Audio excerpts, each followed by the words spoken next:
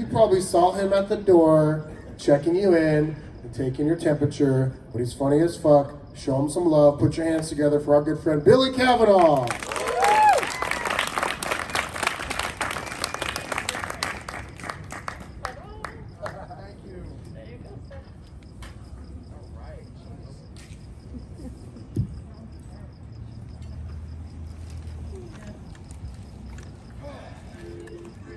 How's everybody doing tonight?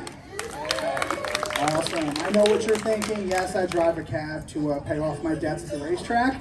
I just figured I'd get that out of the way. Oh, man. How's it going?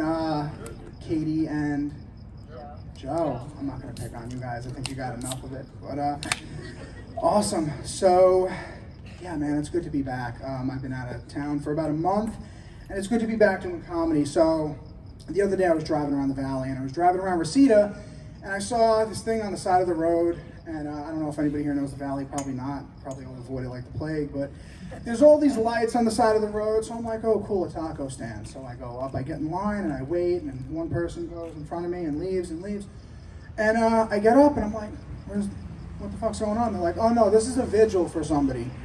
And I'm like, oh, so there's no carne asada? And they're like, this is Reseda, there's carne asada. But it turns out, I don't know if anybody saw the news last week, but a woman killed her 3 toddlers. They were 3 years old, 2 years old, and 6 months. And the news always tries to get in the mind of a psychopath. They always want to analyze it and see what's going on instead of just recognizing that there's some pure evil in the world. And you know, it turns out they were trying to figure out her motive. It turns out that she never really wanted kids, but she didn't want to go the abortion route because she felt it was killing a baby, so.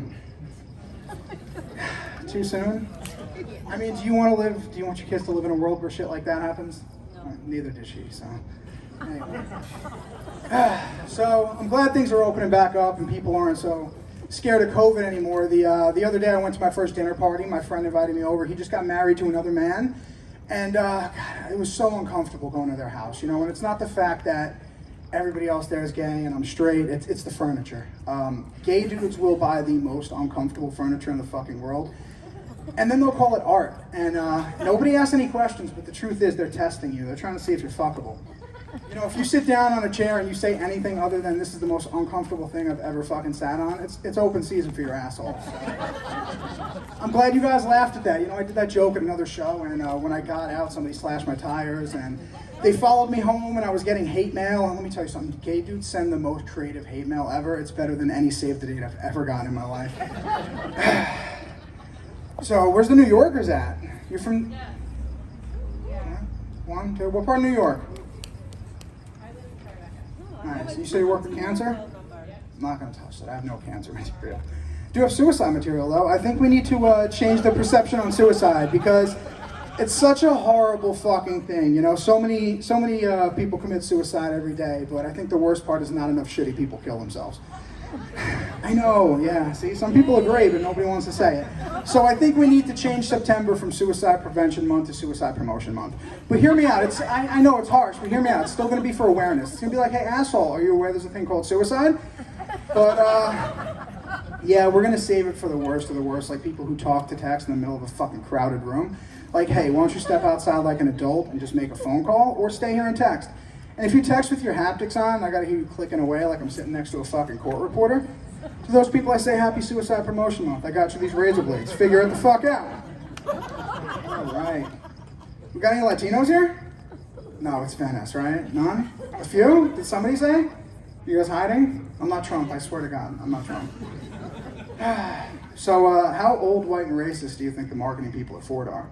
I mean, to have the balls to name your car the Ford Fiesta, like, I think that's the most fucked up thing. But the fact is, it works. I've lived in 6 different states, and the only place I've seen this piece of shit car is in Southern California, Texas, or any state that borders Mexico.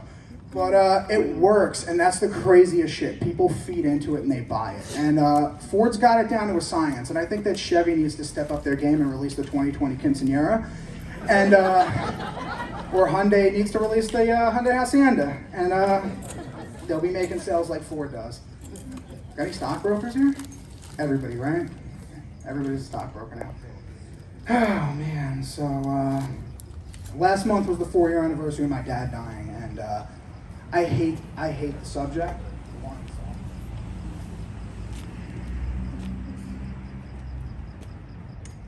There we go.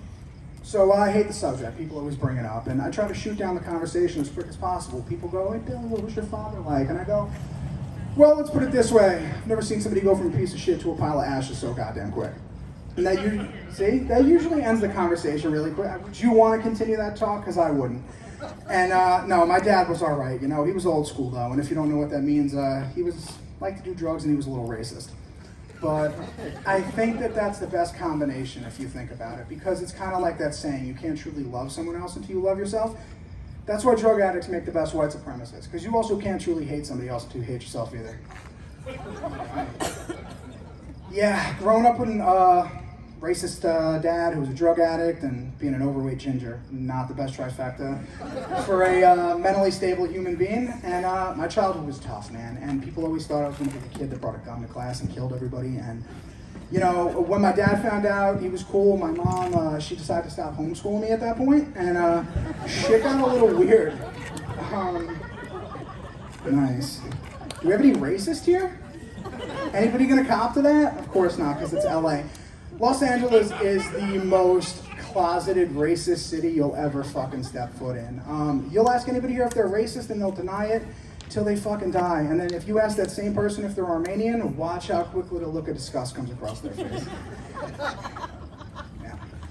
Yeah. Hey, New Yorker, did you know what an Armenian was before you moved here? Besides the Kardashians?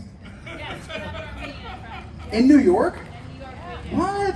Dude, I had no clue what an Armenian was, and when I met one, I was super disappointed, to be honest. Like, it's like when I went to the Bronx Zoo and I saw my first gorilla. I was like, God, this thing's hairier than I imagined, and I can't understand a word it's saying, and why is it trying to dominate every environment it's in?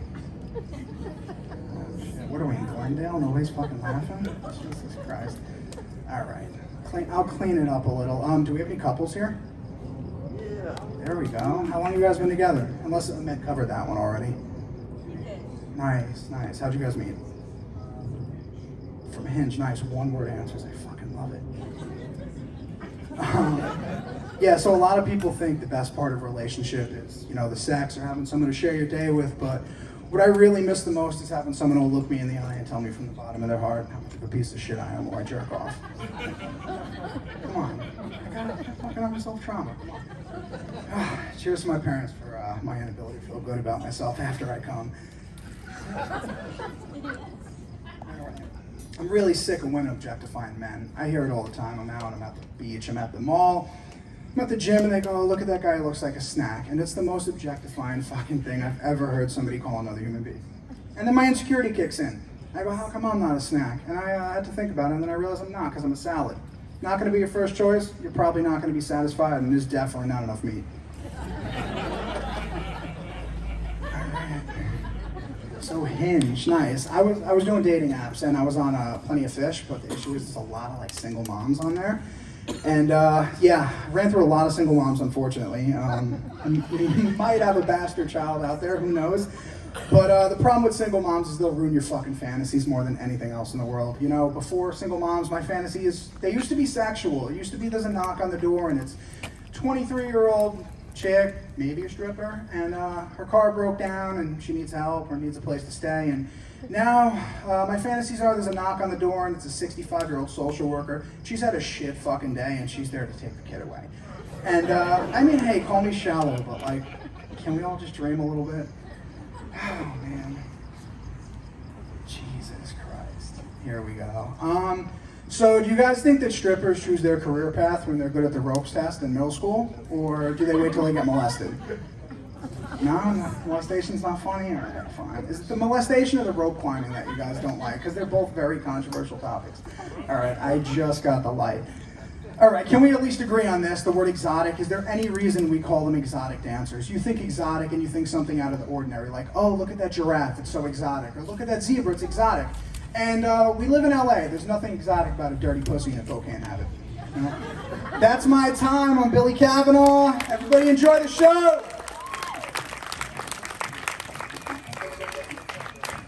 Give it up for Billy Cavanagh, everybody. Cracking the egg for all of us here at the compound. You, sir, get the fuck out of here.